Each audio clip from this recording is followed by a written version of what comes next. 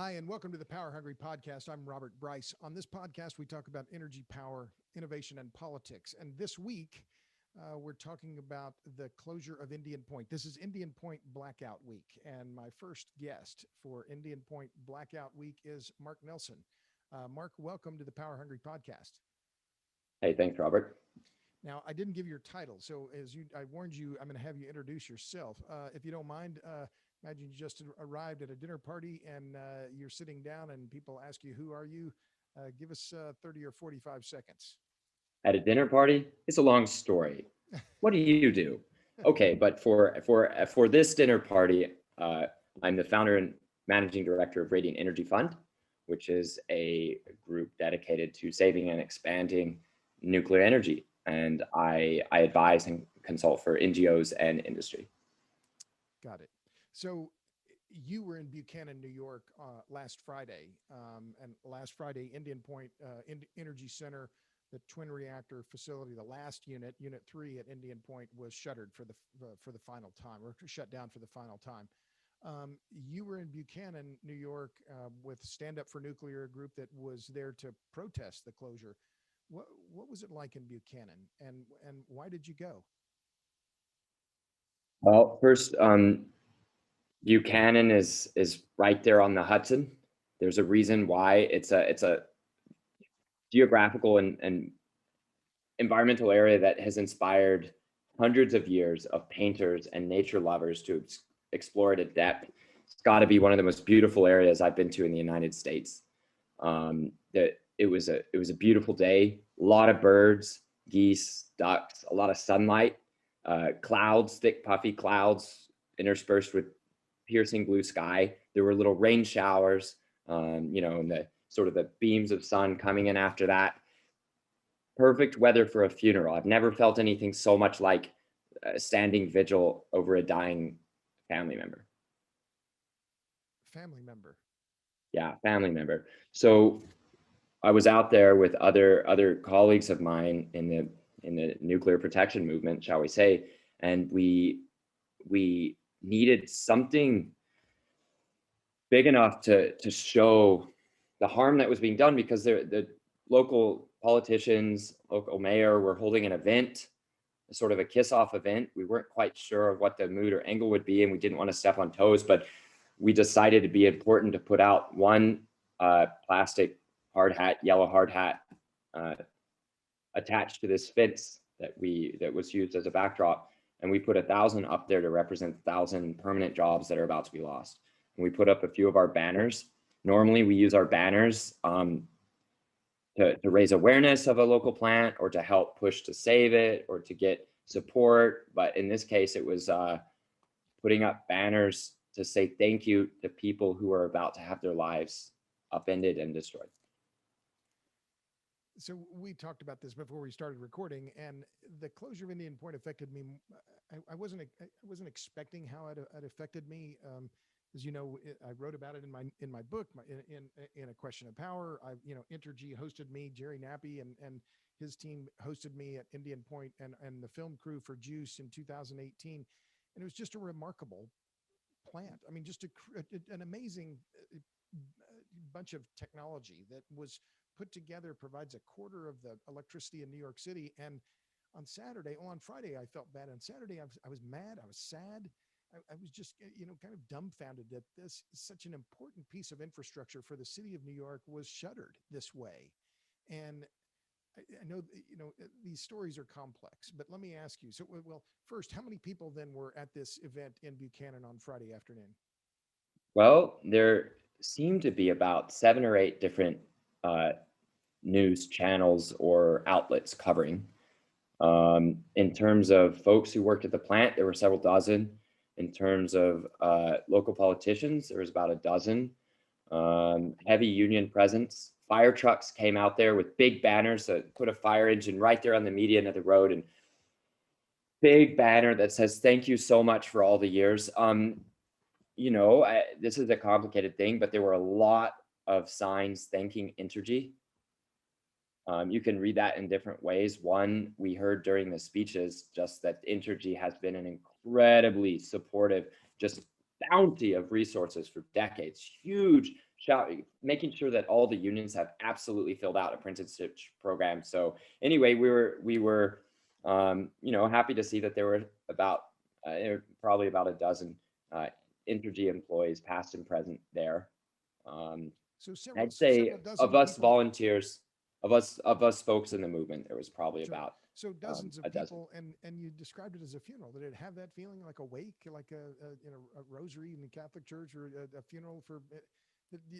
Was that a death that wasn't an unnecessary death? I mean, how do you describe it?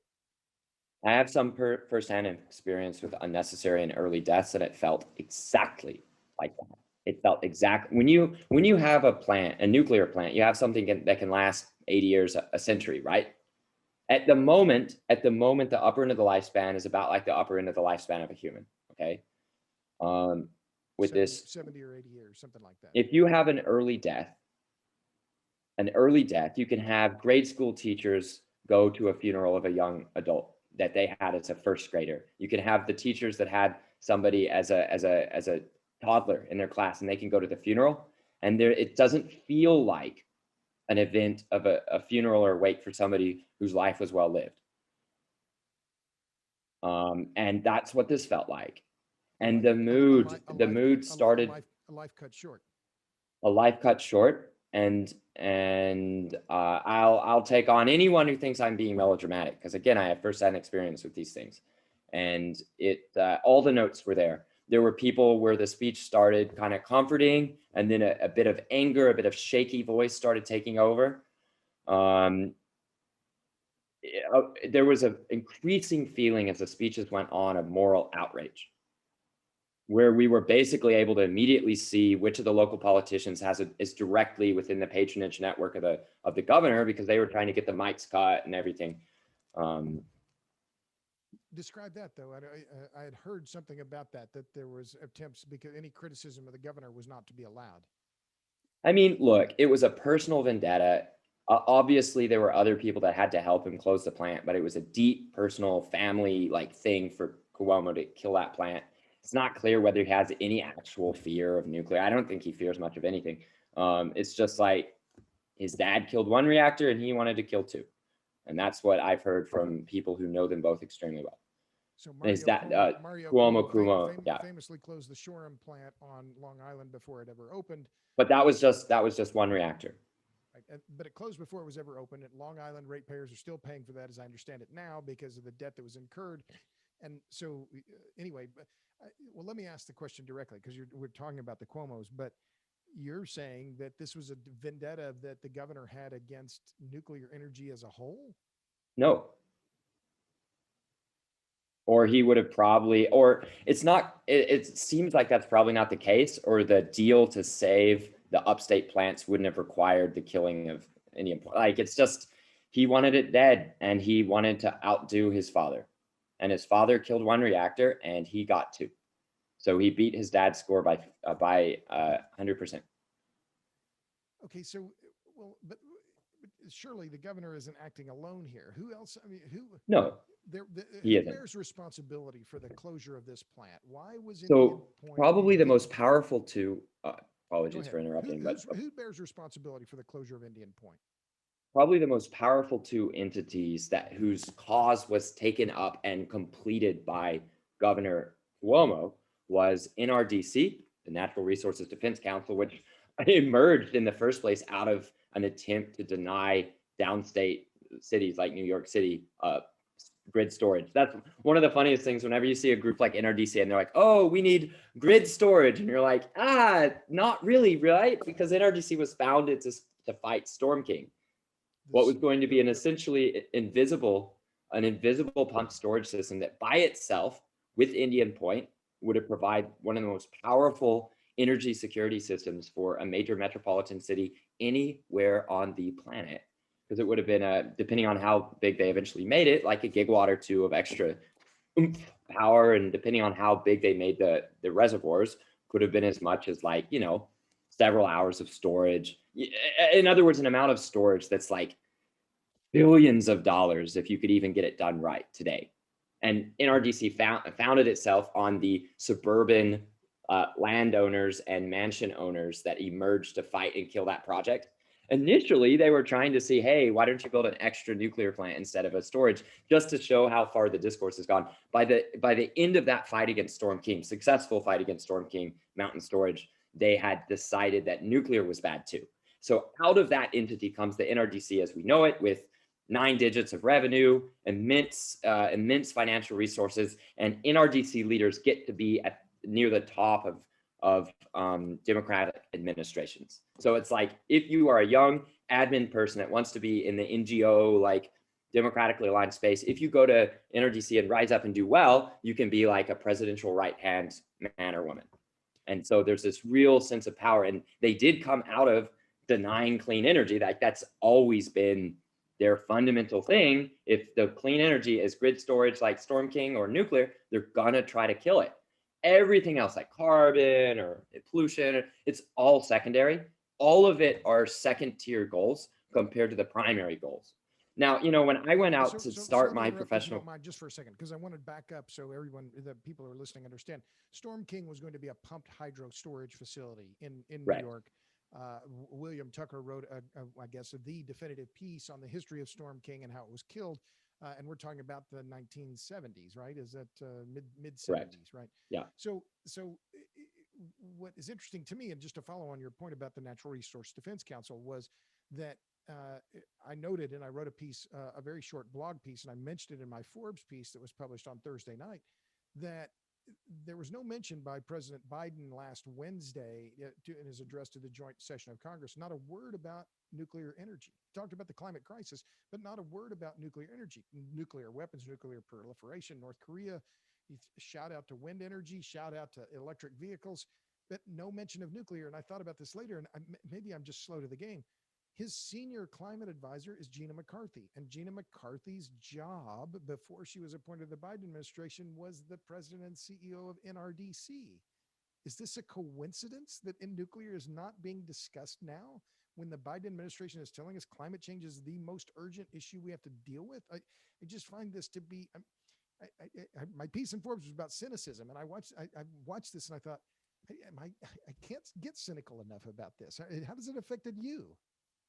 Now, I'm an engineer. I grew up dreaming of going to space, building rockets and ships. I trained as an aerospace engineer before I went into nuclear. And I went into nuclear because I was like, wow, we can build whole worlds. I was that weird kid who was like, everybody else was playing with various toys and at kindergarten. I'm trying to build the biggest blocks, like with wooden blocks, trying to build a whole city, make a little train that goes. So I was always kind of a strange kid in the sense that I wanted to build.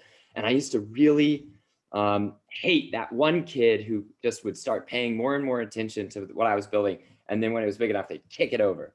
Well, if you are good enough at kicking over the right structures, you are going to get promoted in the world. If you are I'm not saying the Soviets were right to use this word, but they had this word called a wrecker. And that was their accusation against anybody they said was destroying a factory or messing up a shipment of ball bearings or causing issues in constructing dams. They called them wreckers because you're destroying and you're destroying our industry. So there is promotion tracks and there are pathways for those who wreck the biggest, most important things. And unfortunately, it seems like depending on the administration, wreckers can go and get to the top. I don't know what Gina McCarthy, I don't know her personally. She's a nice lady, but she was in charge of an organization that delivered the destruction of not just Indian Point, but they're attempting to deliver the destruction of Diablo. We know a lot more than is publicly available about Diablo, but you're jumping ahead to California here, which I'll get to in a minute. Oh, apologies. Yeah, I'm a little closer to that. Sure. You lived in California. You're now living in Chicago, right? You moved to Chicago recently, right. But you're referring to the Diablo Canyon nuclear plant in California, San Luis Obispo County, right? That is right. slated for closure now in 2025. NRDC is absolutely crucial in destroying that last large power plant in California. So it's a top priority for their organization. Sure. From what we've heard.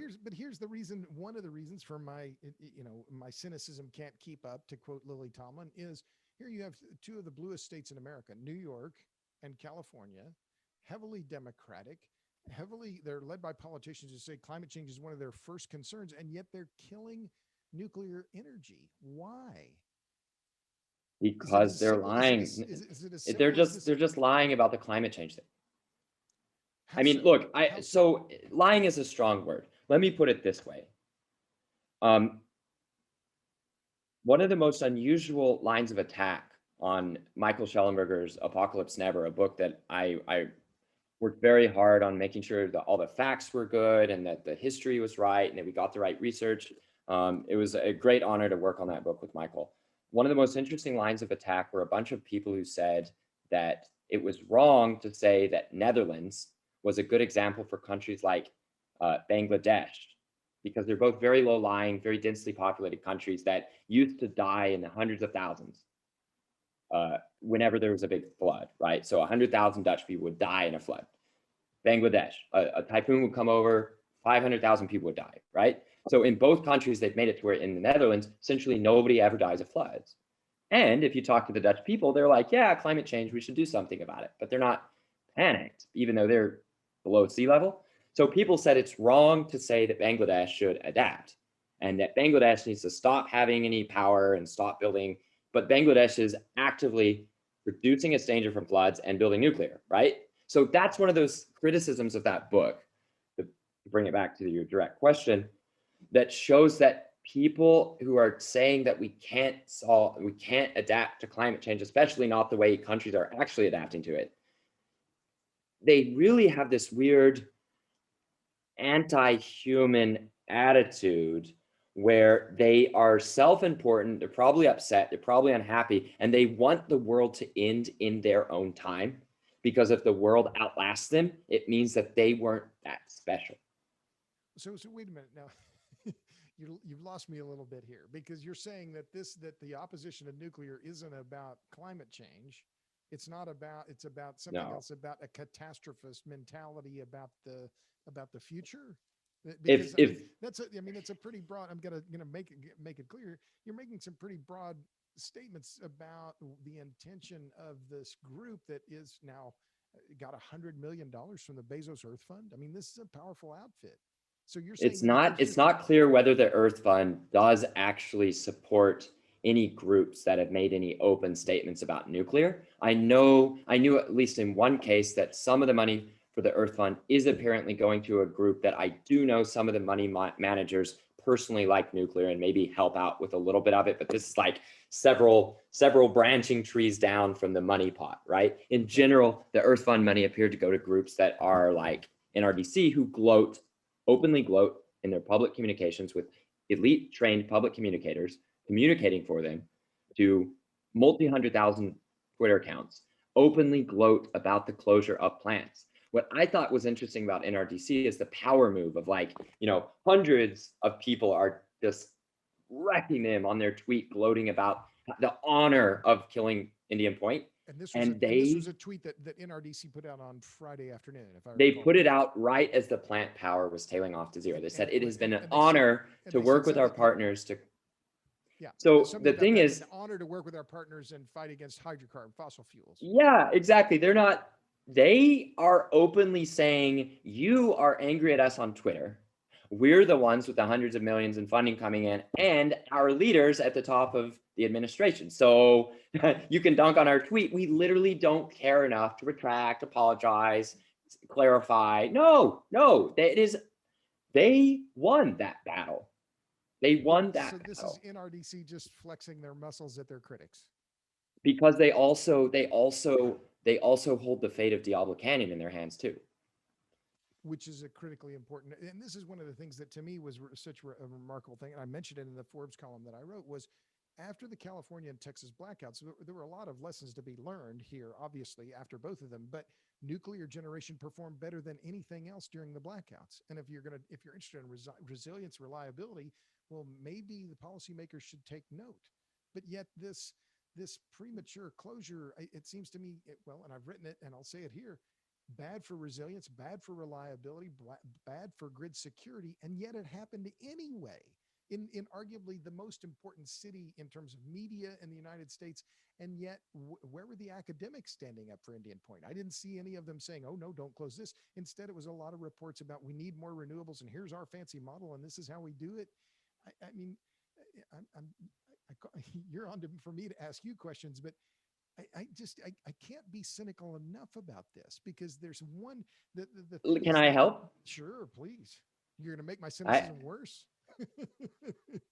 it's always good to expand our abilities and capacities for emotion, Okay, Robert. If I can help you achieve new depths of cynicism, then maybe I've done, I don't bring know, it, bring it, Nelson. Let me good have it. duty for the day.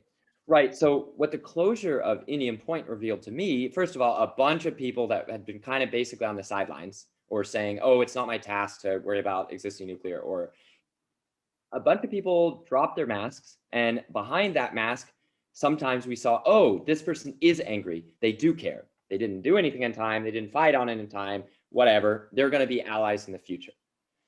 For some people, they dropped their mask and it's apparent they just literally thought that the problem with nuclear was nuclear bros and not like incredibly powerful and rich organizations fixing anti-democratically, fixing the fights behind the scenes, right?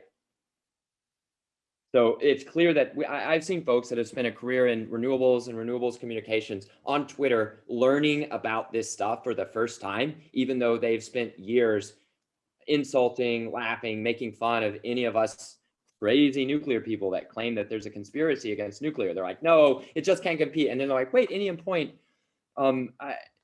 that seems weird. What happened? And we're like, oh, welcome to the fight. So what happened is it was one of the truly profitable nuclear plants in the US. And when it was apparent that it was going to stay profitable, and it was apparent that it had every ability to keep operating, only at that point was the fix put in to kill the plant. And the ability to continue operating is key, because I mentioned it in Juice in the film. I talk about it in my book. The operating license had been extended, and the potential operating life of the plant was decades more. So this was a plant that We don't even at this point we literally don't have an upper limit for the life of Western PWRs of this era. We just literally don't know how long it's going to last. I have to be careful. I don't want to say a century as if they're going to stop at a century. Certainly the NRC doesn't think they're going to stop at a century. We got to be ready for longer, but yeah. But sorry, just to say, all of these different academics and researchers and energy people, it's interesting to see which people are so cross-invested against nuclear, both professionally and probably financially, that they keep saying wrong, easily disprovable things about why Indian Point was shut down. So let me interrupt for a moment. I just want to remind everyone I'm talking to Mark Nelson. He's the managing director at the Radiant Energy Fund. He's on Twitter at Energy Bants. That's Bants, B-A-N-T-S. He's cringing just a little bit as I'm giving his Twitter handle, but and also you can follow some of his work and his allies on Twitter at Stand Up for Nuclear, and that is the numeral for Stand Up, numeral for Nuclear.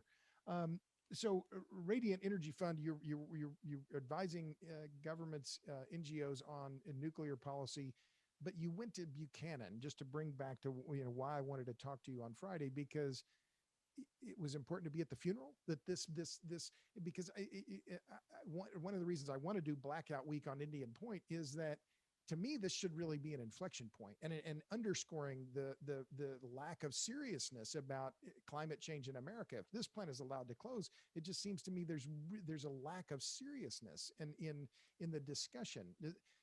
Does that ring true to you? Because I said my cynicism can't keep up here, but was that why you wanted to be there? What was it compelled you to show up at the site?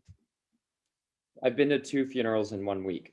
One was a beloved mentor and professor of mine at Oklahoma State University, who over a teaching career of 60 years, and as a dean of engineering at Oklahoma State University, set up the scholarship programs that sent me with my colleagues over to Japan to tour Japan Steel and the recycling facilities, and to see the Mitsubishi Heavy Industries and have lunch in the boardroom with their CEO. Like that kind of seriousness that he wanted to bring to engineering education. He also was instrumental in me turning to nuclear, because he set up the scholarship program that sent me to grad school overseas when I quite frankly, would have never thought to do that. And that's when I switched to nuclear. At that funeral, it was just clear that he had been so serious about giving us young engineers a sense of the ability to build long, build big, and build things that just last, right? So 5 days later, I mean, I hadn't even made the final decision to accompany my colleagues because, you know, let's just be frank, there's not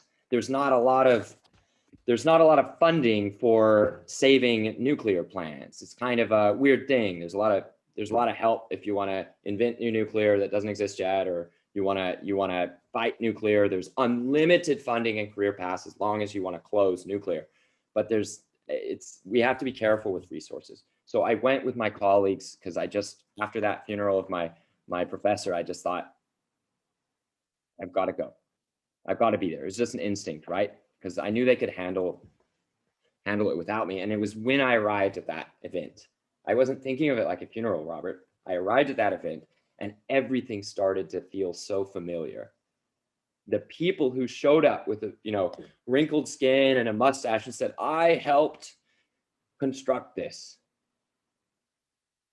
They constructed things that should have lasted to their grandchildren's retirement. And there they are to hear the speeches. The union locals who said, we trained so many apprentices and it brought in more. And now to talk to the plant nurse who stopped by after everyone else was gone, she saw the final few helmets being taken off the fence. And she stopped by and she said, thank you for doing this. And I said, you appear to be in medical scrubs. Do you work at the plant? She said, yeah, I'm the plant nurse. I've done the physicals for decades. And I said, I can't even imagine to know what you're going through. But then I kind of felt like what it feels like to a mother to lose something. And in fact, she said that her son had already left, moved away. Why? Because her son is a reactor operator for Entergy, and he's going to move his family from Hudson with mother and grandmother, right? With all the family, all the life he's known. He's moving to Arkansas. I'm from near there, so I get it. But he's going away and it's splitting up families because otherwise he's out of a career and out of a job. And that sort of thing, when it keeps happening over and over, it feels like a funeral. And then the wrongful death, that's what makes a bit of the anger. It's good to have the folks. I didn't mean to step too hard on the folks that have suddenly discovered Indian Point yesterday, or worse, that have only finally realized that in RDC, they aren't friends. I mean, look, I have had many discussions with staff members, younger staff at NRDC, where I'm like, hey, you do know that your organization was founded to fight things like big, long-lasting clean energy infrastructure, and they're almost certainly, I can't be sure, almost certainly still doing it. And they're like, no, I don't know. I like nuclear. I'll talk to my boss. And then I ask them again, and there's just kind of silence and that sort of thing. So this, I mean, well, but if I can interrupt a couple of things. One is, so what you're saying is that this was a long-running conspiracy by a very powerful organization to convince the governor, one of the most important states in the country, to shut down this critical bit of infrastructure simply because they wanted to wreck it. Is that it? No. They got a governor willing to do the things behind the scenes to close the plant. Now, it would have been easier if Indian Point weren't so critical to the security and safety of New York City. It would have been much easier to kill the plant, right? The problem is it's such a vital... The upstate plants where they could have more easily killed those, but instead that's the other part of the cynicism, is that Cuomo agreed to subsidize the upstate plants. That was the bait. That was the bait to kill the downstate. So, but that was 3 plants upstate, then saved. But they were going to close. They were going to close at the start of his time in office, and right. That would have led to bad carbon numbers, complaints from unions, loss of jobs. Instead, it was used as bait to get the forward closure by the end of his time in office of the most vital power plant on the eastern seaboard. So let's talk about that then, because the issue of frequency voltage support, having proximity to high output generation plants close to cities, this has been understood by grid operators for a long time. The further you have to move power, the more expensive it is.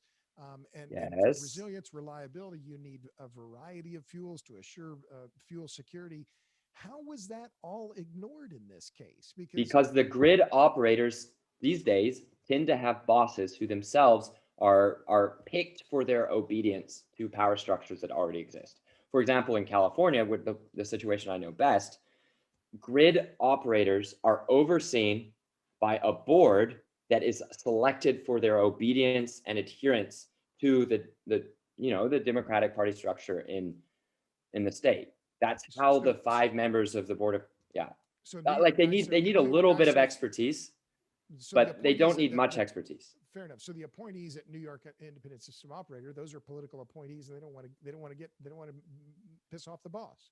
I'm less familiar with New York ISO. I know that the few times I've talked to some New England ISO and New York ISO people in person at like at an event at FERC, I say something like, "Hey, don't you think it's bad that you're losing this nuclear?" And they're like, "Well, we do our modeling 3 years at a time, so that will come up when we do our modeling."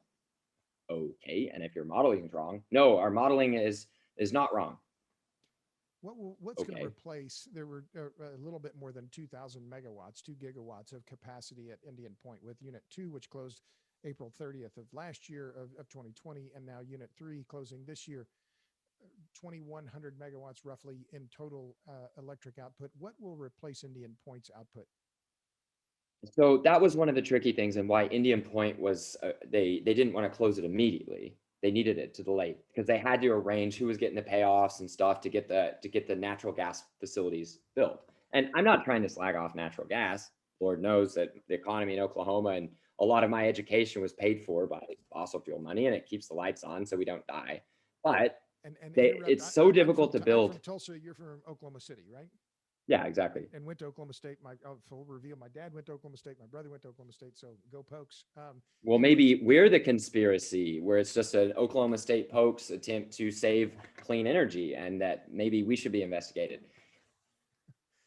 Anyway, so back to the natural gas. It's difficult to build and site anything in rich states like New York, especially big power plants that are fossil fuels, because the whole thing in New York, like, oh, we don't like natural gas and we don't like fossil fuels, takes a lot of muscle and money moving to get those plants just forced right in there, right there by New York City, right by those communities that some of which are even still commuting communities for Manhattan, for example. You got to have some real muscle to push in, and balls, of course, to push in natural gas combustion in New York with limited pipeline capacity in the year of our Lord 2021. But they did.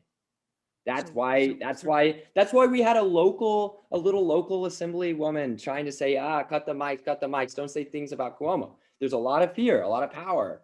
And that it's the whole climate change thing. It's just not important it's just not important compared to just getting those deals done to move the money and getting the plants built. Look, if you're going to close Indian Point, you really are gonna kill a truckload of people if you don't replace the power in a region like that. You can't even get people like in Texas, people were burning furniture and stuff. That won't work in Manhattan.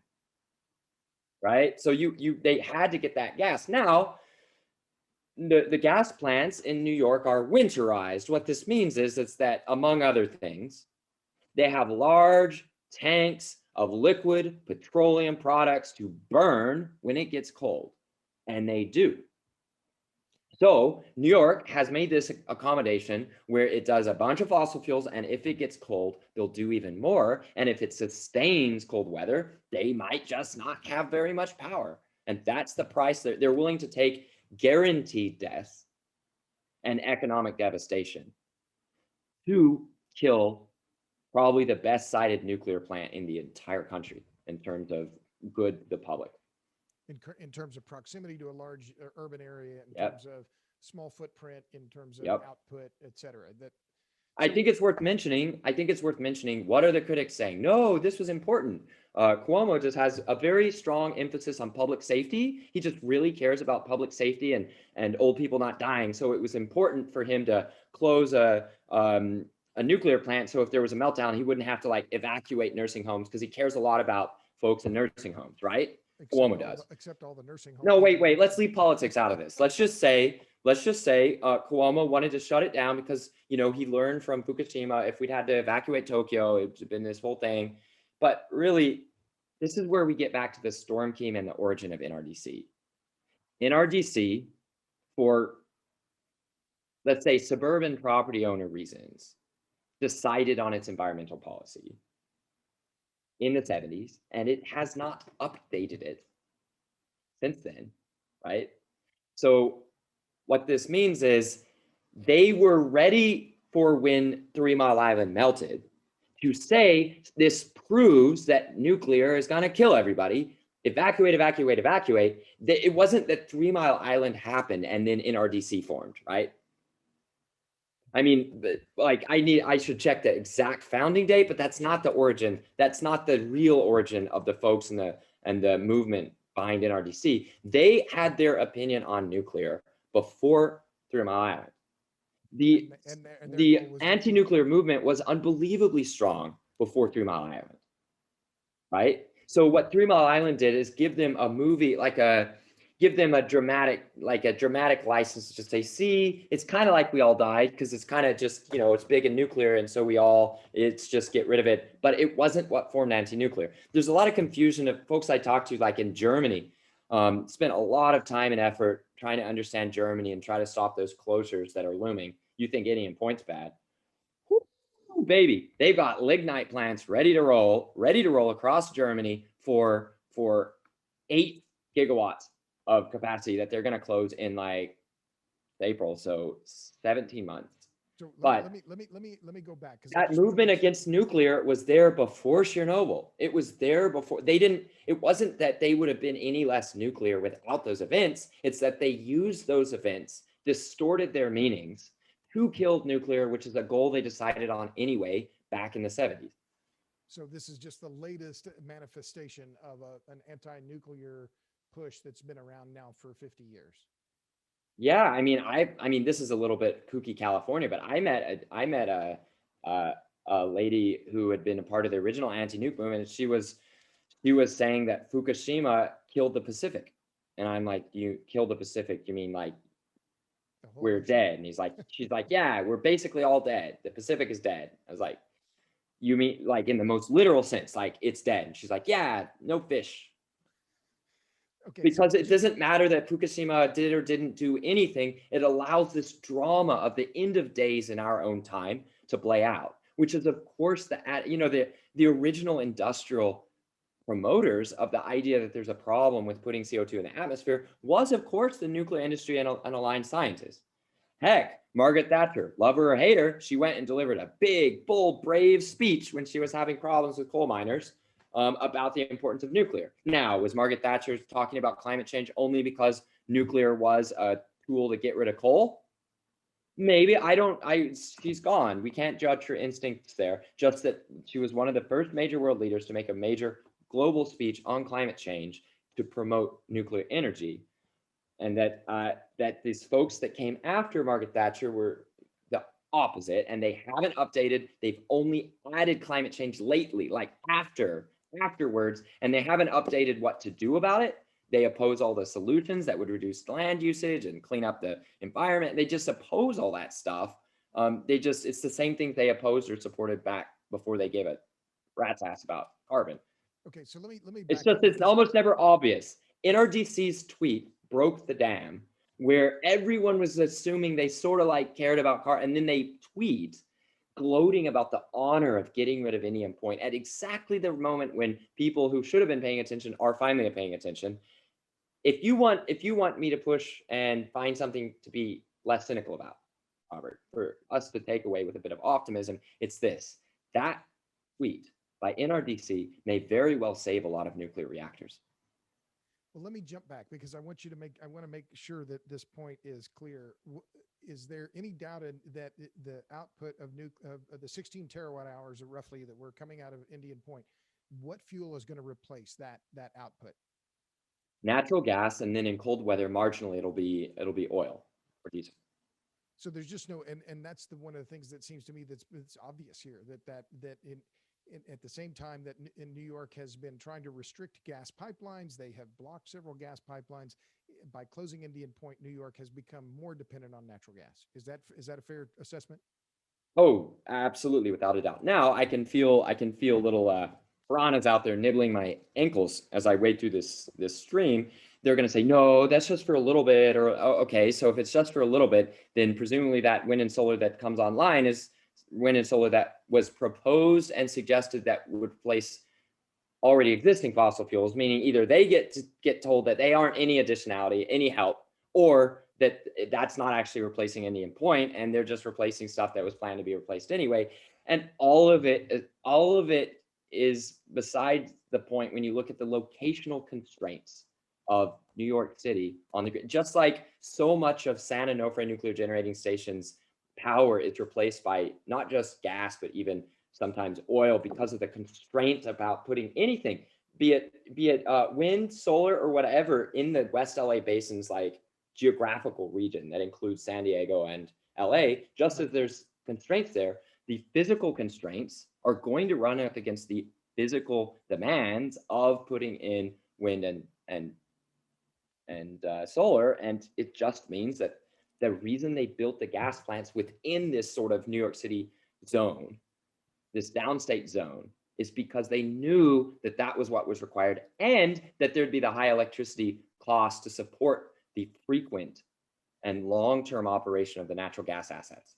So as an example, Robert, in Belgium, where they're also trying to shut off half the nation's electricity and replace it with natural gas, the green energy minister is like, trying to run around and try to find any corporate group to take on the financial risk of building gas plants. I'm sure she's offering all sorts of advantages and pinky swearing that just because she's green, she won't turn around and then say, okay, now actually we have to kill their plant. And all these groups are saying, everything we're hearing from Europe and from Belgium says that we have to strip out our supply of fossil fuels, but you're telling me we have to build the fossil fuels in order to, and they're not taking the bait. That wasn't a problem at any point. It wasn't a problem, because they were able to force it through. So to boil this down, you're saying is that this is something of a bait and switch. We're going to build all these gas plants, and but we're not going to use them very long, and we're going to wait for renewables. But the reality is, correct me if I'm wrong, it's almost impossible to site new wind and solar onshore in New York. I mean, the battles there are ongoing. I've written a lot about it. I know this for a fact, but then it's the promise of, we're going to do this offshore now, as though offshore wind is easy. Offshore wind isn't easy. It's hard. And it's offshore wind in New York is going to cost as much as Vogtle, if that. I mean, so that's another thing. This is another part of this weird moment that we've got to capture, leaving angry as pallbearers from this terrible funeral, right? It's the fact that everyone who says nuclear is too expensive, we're now seeing the hidden unknown costs of maintaining wind, offshore wind, pop up. Ørsted just announced, hey, we got a little $500 million thing to fix, but don't worry, that sort of thing is something we've changed in future designs. Yeah, it will wipe out all the earnings we ever would have gotten. And you're talking about Ørsted, the Danish wind firm that just Dong Energy. Once they went international, they decided not to be called Dong Energy anymore. Right. DONG. So they're Ørsted firm that just reported earnings on their European wind farms and said that they lost several $100 million because of the cables had already eroded. We've already seen this at Block Island. Offshore engineering is hard, Robert. That's what we've learned from the oil and gas industry. They've always known that. But my point is the scale of projects required to do decarbonization, as those ascend to the scale of projects of even building new nuclear from scratch in countries that have lost the ability to build like the way I dreamed when I was a kid in kindergarten with the blocks. Well, it's becoming harder to support the lie that we don't do nuclear because it's expensive or it's hard or whatever, because they're proposing projects that are as expensive, but are leaving really awful headaches, really awful, not headaches. I mean, for those who died in Texas, it's not a headache. They're dead and they shouldn't have died in those blackouts, but they passed away when $60-70 billion of wind and solar was not there. And then the folks who are supporting the wind and solar says, don't worry, it was never intended to be there during the crisis. And so that means it wasn't us, right? So when you're talking about the offshore wind, it's no longer clear that the cost argument still works, because they're asking for the costs are going to be as expensive as Vogtle, depending on which capital costs the two groups were able to secure, right? So now you're So talking about Vogtle, you're talking about Plant Vogtle, which is Vogtle 3 and 4, the new nuclear units being built in Georgia that are AP1000s. The project cost now is 20 some odd $billion for about 2,000 megawatts. 29. It means the first 40 years of operations may be a bit over $100 a megawatt hour. I mean, it'll lower the cost of operating the entire rest of the system as opposed to wind, which raises the cost of operating the entire rest of the system. A little quirk that we just don't hear a lot of from our experts. But those were the same experts that suddenly just discovered that Indian Point is being closed for stupid reasons. If they didn't know that, I wouldn't count on them to understand other complexities that go against their bread and butters. I don't want to say who gets funding from what. It's just, it's easy to not understand things that allow you not to stand out from the crowd. And that's what we discovered at Indian Point. It's just the crowd suddenly discovered nuclear during the funeral. So there is a lot of talk now, and numerous academics have produced reports about renewables, and we know from Stanford, from Cal Berkeley, from Princeton, other places, these elaborate models claiming we can go 100% renewables, but they're ignoring, as you've been talking about, that one of the key issues is land use and the other is cost. Now, you've studied costs in California. Let's talk about that just for a moment. California has pushed as aggressively as any state in the country on implementing new renewables. What has the impact? About as far as I can tell, approximately $80 billion of investment as of 2020. In California, And that's not in transmission or anything. That's the capital investment in wind and solar generation capacity. Right. 80 billion in California. And what has been the trend in electricity prices in California through 2020? Absolutely exploding. I hope that EIA has an extra line item in their budget this year to get bigger axes on their digital graphs, because they're going to need to extend those quite a bit. So why are you made the point, electricity rates in California are exploding, and is that what's causing that? It's just extremely expensive, difficult, and dangerous to operate the grid every single day now. I think that's it. And why is that? Is this because of renewables? And if so, how? Why are Yeah, because as the renewables promoters, experts, as the energy experts with PhDs and financial, some of the the people developing the renewables or whatever, sometimes the professors actually hold positions in the renewables energies companies. It's considered good for the university because they're bringing in their own money. Anyway, they say wind and solar were never, ever designed to just be depended on. You have to spend a lot of money to do that. So in California, batteries or backup systems. Right. So in California, they're having to put in all these emergency rules to keep all the gas plants and to basically keep everything dirty as long as it isn't clean, CO2-free nuclear, right? They're making emergency diesel generators, emergency natural gas, license extensions, like all this stuff. California will do anything to secure capacity as long as it puts out emissions, right? Now the batteries take energy, they shift it in time, but they are a net loss, meaning you're still filling the batteries with something, right? But delineate the issue on cost. You said absolutely exploding. What do the numbers look like? I know you've studied this. What do those numbers look like? So basically, California has very complicated, weird tiering systems, or like who pays what price. But on average, California electricity costs to consumers are rapidly escalating up to I believe at this point it's delivered costs. I should check this for residential specifically. It's mid 200s per megawatt hour. 20 cents kilowatt hour, roughly, something on that order. 25 cents kilowatt hour. That's beyond that. Yeah, and so the tricky thing for California is that its industrial customers have extremely high rates, whereas in Texas, until the blackouts, right, they're going to readjust a lot of rates after that. But until the blackouts, Texas was being thrown back in my face and others who study this as an example of how cheap renewable heavy systems can be, because the Texas industrial electricity prices were staying pretty low. Not true in California. way up along So with commercial and recall, residential. I mean, I'm just trying to tease this out, but was it between 2011 and 2020, California's electric rates were up 7 times what the rest of the U.S. That may be, I'll need to check. That may be a little out of date. It's probably higher now because 2020 saw moderate, either sustained or slightly lower rates for electricity in most states, but in California they skyrocketed by, I think it's like 8%. And what are the projections for California's electric rates over the next few years? That's where it gets extremely grim. So we're back to making you more cynical and sad. It's really ugly. Over the next decade, the California Public Utilities Commission is looking at like $300 to $400 a megawatt hour. So another doubling, depending on which tier, which rate you're getting at the moment. So higher electricity prices, and what is this? What will higher prices mean for low and middle income people? You want the pessimistic view? You answer it however you like. It's what we're gonna find is that people who claim to be looking out for the poor are gonna find that they can't square that circle, and that the poor just aren't worth it. Like, I should expand that.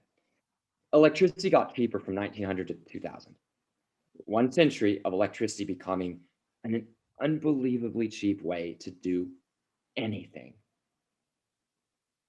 And from 2000 to now, it's going back up. But it's not because we don't have fossil fuels. Hell, gas became great, cheap, abundant, right? So it wasn't that nuclear became expensive. Nuclear is operating at an extraordinary level.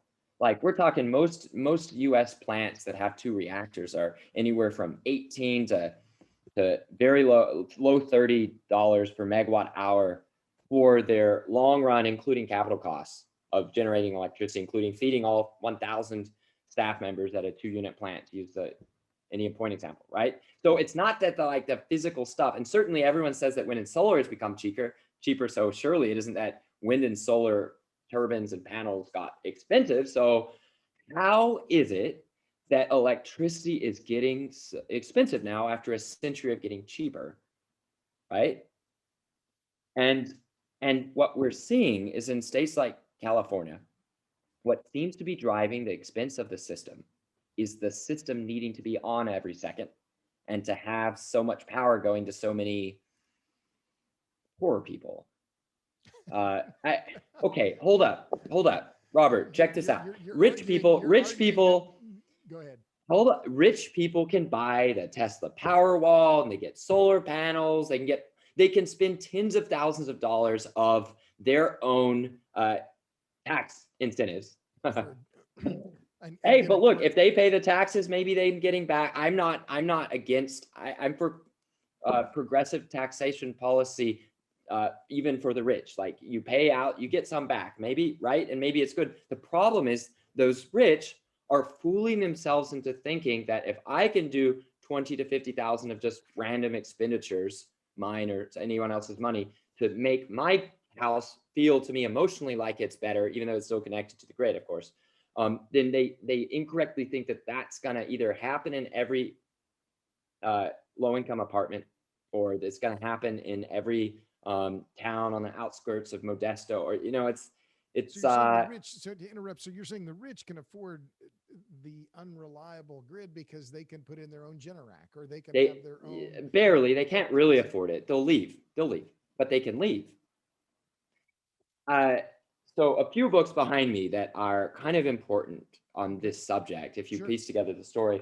Rise and Fall of American Growth explains how there was this precious period, 1870 to 1970, where we were figuring out the base technology, getting the sewers in, railroads built, the telephone goes, the electricity gets put in, all these things. Electricity, I would say, is the senior resource here. You can do almost anything and get away with almost any lack as long as you've got electricity. It's the mother resource. You get everything else from it. I need not tell you or your listeners about the power of juice from the mains, right? But there's something else here, and that's the Lyndon B. Johnson biographies, where you see just what had to happen to make it be the case that electricity service was nearly as inalienable in our country as mail service, because the utilities correctly argued that it was not worth the cost to plug in Ma and Pa's farm. Because it was Now, too what they too did not far from prepare town, for, too far from and town to because electricity service was too expensive with small grids and low efficiency, small power stations, low efficiency operations, microgrids. Oh, sorry, that's the new word for small systems with heavy capital need for a small amount of delivered power, right? They call it microgrids now. No offense to any of my friends in microgrids, but the Johnson book says that they had to fight a war to force the utilities to electrify. Heck, they had to invent quasi-governmental groups to go just do it as a threat to the very existence of private utilities to force them. Now, what was discovered is once you started building the grid, the costs, assuming you did it the way they did it, like with big power plants efficiently used over long periods of time, replaced in an orderly sequence where you run out the life of one asset just as the other one's available, that made the electricity so cheap that Ma and Pa used enough that general prosperity increased. The grid got cheaper as it got more centralized and fewer power plants per unit of power. Sure. What we're doing is going backwards, and I am afraid that what we're seeing in California is that once electricity becomes expensive, people aren't worth it anymore. People become the problem in the minds of the policymakers and the renewable energy folks. People are the problem. Their behavior. A single mother of 3 is washing her clothes after dark. True, that's when she's home. That's when the kids are asleep. It's not acceptable because there's no power if you're poor after dark in a world where you just have to provide. They use very sterile language, Robert. They say we need to provide price signals. We need to pass along the wholesale price. Everybody has to be on griddy. Right? Everybody has to be on griddy. That way they can modify their behaviors, not the rich, but they can modify their behavior to fit the needs of our renewables lobbyists. Or the rates become so high that the working poor or the middle class can't afford to wash their clothes at peak hours when prices are high, so they don't wash their clothes. But that's actually, here's some optimism. It's actually cynicism. I'm just using an optimistic tone of voice. California regulators are proposing some things like maybe they do an income verification and check to see whether you should pay a sudden like 1,000 or 2,000 a year just to connect to the grid, right? And then they'll keep the rates low or something. Of course, that's a static view. The costs are exploding, so they'd have to adjust it. Another idea is that they have a electric bill. Yeah, you check their California filed taxes, and assuming you didn't, if you're, rich people never have ways of getting around this ever, so it should work. But assuming your tax bill shows you paid a lot in California, they can just give you extra special electricity rates. Okay, well, so let me back up here, and we've been talking about an hour, and I don't want to talk too much longer, although we could talk about this for a long time, obviously. But you mentioned the New Deal, and I, of course, write about it in my new book about the Public Utility Holding Company Act of 1935, busting the big trusts, Electric Bond and Share, among them the Insol Empire. But it was the view of the grid at that time that I think is relevant now is the provision of service and access to the electric grid as a public good, as something that was positive for the society, that the grid was important to extend service to everyone. And is that and it was a much more robust government approach to the idea of electrification.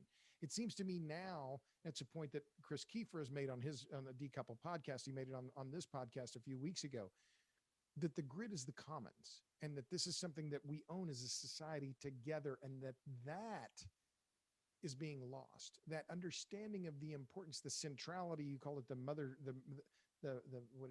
energy. I call it the mother network, right? This is the network upon which every other network in society depends, the electric grid. Is that what's being lost here? I mean, I want to zoom out for a minute here because we talked about California, we're talking about renewables, we're talking about New York, but it's what's being lost what is being lost here is this appreciation for the grid as this essential network that we all rely on, and therefore we all have to pay into, and yet some people are just, I don't know, forming their own commune and going somewhere else. You understand my question here? Yeah, so let me answer with a quote that I saw reported recently when the head of the California Public Utility Commission was told that there are 5.3 million trees that PG&E is going to need to trim in California. She said, I just can't believe it. And she said, yes, this how many trees there are. And she said, it's not the trees that are the problems, it's the wires. That really captures the view. And she's the head of the California Public Utilities Commission, hand selected by the governor or his team. I don't know if he cares or knows who the CPUC folks, maybe he does, I don't know. But it's the head administrator, head guardian of the grid in the state of California said that it's not that the trees aren't the problem, it's the wires. Now, let's be charitable. Maybe she meant that every wire to every home needs to be buried. Now we're talking tens of billions of dollars, a lifetime of work for no real difference in service, Right. in a well operating grid between that and what it will drain. Like that's you could build a high speed train between San Francisco and LA. What the bigger thing is the sentiment is to say when confronted with information that would challenge either that you have to cut the trees or that the utilities have to cut the trees and have to be paid to cut them, or that wind and solar are having issues, the response we're seeing from our current generation of policymakers, politicians, NRDC heads, all that is to say, no, I'm not going to question what I've been doing. It's the grid and it's people that are the problem. So let's back. I mean, again, that makes me cynical. And as I said, the closure of Indian Point, I can't, my cynicism can't keep up. But let's call it an Elysium complex. Oh, sorry, you've lost me there. An Elysium complex, like the sci-fi film, What is that? The South African sci-fi film where there's an underclass on the ground and then there's a space station where everything's real nice. Now, of course, the energy required to get up there and get down is immense and is taken from the earth. And of course, the maintenance staff. Anyway, it's a perfect, beautiful world where there is room and time and space and money to be nice, to spend time with your kids and to have everything be nice and clean and birds chirping and stuff. But if anything threatens that arrangement, the problem is people. The problem is the people on the ground, those dirty people, those unformed people, those people who didn't go to Ivies, those, the demands being made on administrators to at least have the capabilities that we did 20 or 30 years ago. So that becomes the problem. Okay, so what you're saying here agrees with something that I think is happening is an increasing stratification, and a lot of that stratification. And Joel Kotkin's written about this. He's been on the podcast about the stratification of society, and that this energy, the tinkering around the edges and undermining the reliability of the grid will increase that stratification. That the Elysium complex, those folks got Generacs, they've got power walls. They're not, honestly, I don't think anything is going to have as devastating filtering effect as what's going to happen to electricity in a state like California, the way it's currently going. That the prices are going to be that very little is going to be at the point that grid service at home or not starts to not be taken for granted. I don't know what else is going to possibly work right after that. Okay, well, it doesn't mean I'd agree with everything Joel Kotkin likes on transit and other stuff. I think he's as wrong on some of that stuff as the folks saying build more grid are about solving the intermittency of renewables. There's a whole conversation we could have about comparing adding lanes to a highway for car jams that happen once or twice a day and adding more transmission to unreliable energy dilute resources. But we'll have the Joel and Mark debate some other time. Fair enough. So let's a few closing questions that I don't want to spend too much time on. Who are your heroes? I want to say one that keeps coming back to me. This is always dangerous because depending on which class of person you single out, there's a bunch you're going to forget and not name. I want to put in a word for Marcel Boiteau, and I can feel my wife breathing down my neck if I didn't say that quite right. She speaks French and I do not. So Marcel, as a boy, had his country. His last name, my French, I don't have. Boiteux. Watteau. Yep. Marcel Okay. Watteau. Okay, well, that's a new name. But B B O Watteau. I. Okay. Yeah, I'll share it with you later, and you can send it to your viewers. Okay. But All right. so this guy, as a young man, watched France get invaded. Now, there's a lot of very comfortable people, sort of the age of the folks at the top of NRDC and stuff that said, hey, it's just different administrators and they're just more efficient. What's our military loss? We just give up. We can work with the Germans. They're not really so different. Then there are the people like Marcel who are like, I refuse to be a part of this. This is morally wrong. He escaped France as a teenager, went to Italy, shot his way up the peninsula, chased Germany back into Germany, and then he came back to France, got his PhD. He had papers on electricity pricing that are still cited after almost 70 years. As an economist, normally I slag off economists. No offense, economists, but like they rarely know anything. But Marcel did economics and then got put in charge of increasingly important positions until he was head of EDF. He fought an internal war in France against Electricité de France. So this is Electricité de Marcel France. Watteau was the head of Electricité de France, and was he the architect then of nuclearization of the French grid?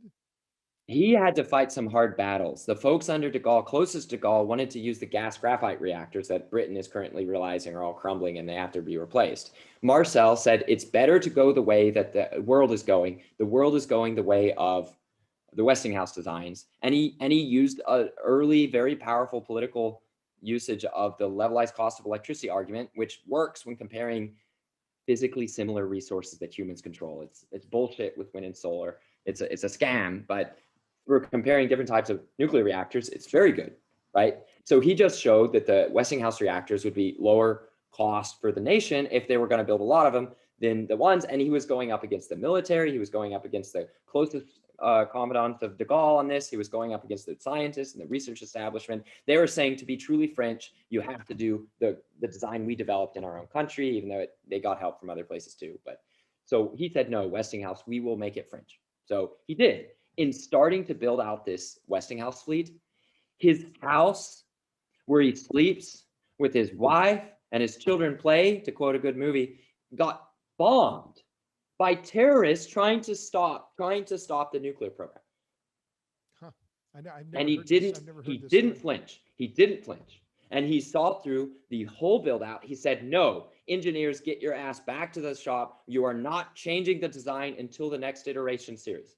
He kept really tight cost controls and really sharp guidance. I mean, when he left, the cost of French reactors just exploded. He is still alive, Robert. He still lives in France. So Watteau, then I've not heard his name. So he's a hero. He's the architect of the French nuclear fleet. Then, For moral rectitude over a very long life in a way that is true guidance to every young person now. That's why he's my hero. what are you reading? A few things. I'm catching up. I'm rereading one of the driest and most fascinating books. Here is it? Scale and Scope: The Dynamics of Industrial Capitalism. First saw that in my time at Breakthrough. Always worth a reread to remember how to build. It's good for solving cynicism, quite frankly. Then I am rereading Black Swan by Nassim Taleb. Always another good one to read. Like once every year or so. And then what else? Oh, I've sort of gotten into Central Asian and Persian carpets because I've just moved to Chicago from San Francisco, and we're finding that there's a bunch of subcategories of designs that are underappreciated, and my wife and I like it. We're still very young professionals, so we're not gonna get the silk masterpieces, but we found that there's something really gorgeous about things that are made slowly by hand. It's not the way we want our electricity to be, but it's correct for rugs. That differentiation of what's good for art and what's good for electricity is one of the things that Scale and Scope and our rug books help us understand. So I'm working on getting rugs for the house. Gotcha. So last question then, and again, my guest is Mark Nelson. He's the managing director of the Radiant Energy Fund. He's on Twitter at Energy Bants. You can also follow Stand Up for Nuclear, Stand Up numeral for Nuclear. So we've talked a lot about cynicism, and I didn't expect the Indian Point closure to affect me emotionally the way it has, but it has. It's made me more cynical. And the piece I wrote in Forbes last week about that cynicism. It's a long preface to the question. So, what gives you hope? You caring enough to keep writing even though you're cynical. Let's just face it. You've got utterly unjustified optimism that you can write something even in these times with that level of cynicism, and you still finish and ship an article. That's hard. People who are not writers don't understand how hard it is just to write what seems to be a relatively simple piece. That means that no matter what you tell me about your cynicism, and I know you're upset, I'm pissed. I've been fielding calls from other activists and allies and stuff that are absolutely furious, on the verge of tears. You're not alone, but that's the hope. You are not alone. We've got a lot of Johnny come latelys. We're happy to have them. We've got a lot of folks who have spent years saying that the problem with nuclear is that, nuclear bros and you can't build it right. And now they're like, wait, but that plant was already built and it was already making money. So why was it shut down? Welcome to the party. We're glad to have you. Strap up. Let's go fight. And you having your level of cynicism and how much you know about this issue, and still having the daring, the chutzpah to get out and make these podcasts, get your writing done, and learn more things and keep going. That's hope. I'm telling you, that NRDC tweet was a blunder. They should not have gloated before Diablo is dead. And they did. Take it, print it out, put it on the wall. Hell, Photoshop it into a photo of, like, I don't know who your favorite basketball stars are, but find your favorite one getting dunked on and put the NRDC tweet on that poster right there and hang it above your bed. Because we are going to get these people. Their time is done. They think they have it in the bag, or they wouldn't have tweeted that. They would not have gloated, or they would have deleted it when they started getting hard ratioed, and they didn't. That means they are overestimating how popular it's going to be. They are overextended. We're going to get them. We're going to save Diablo.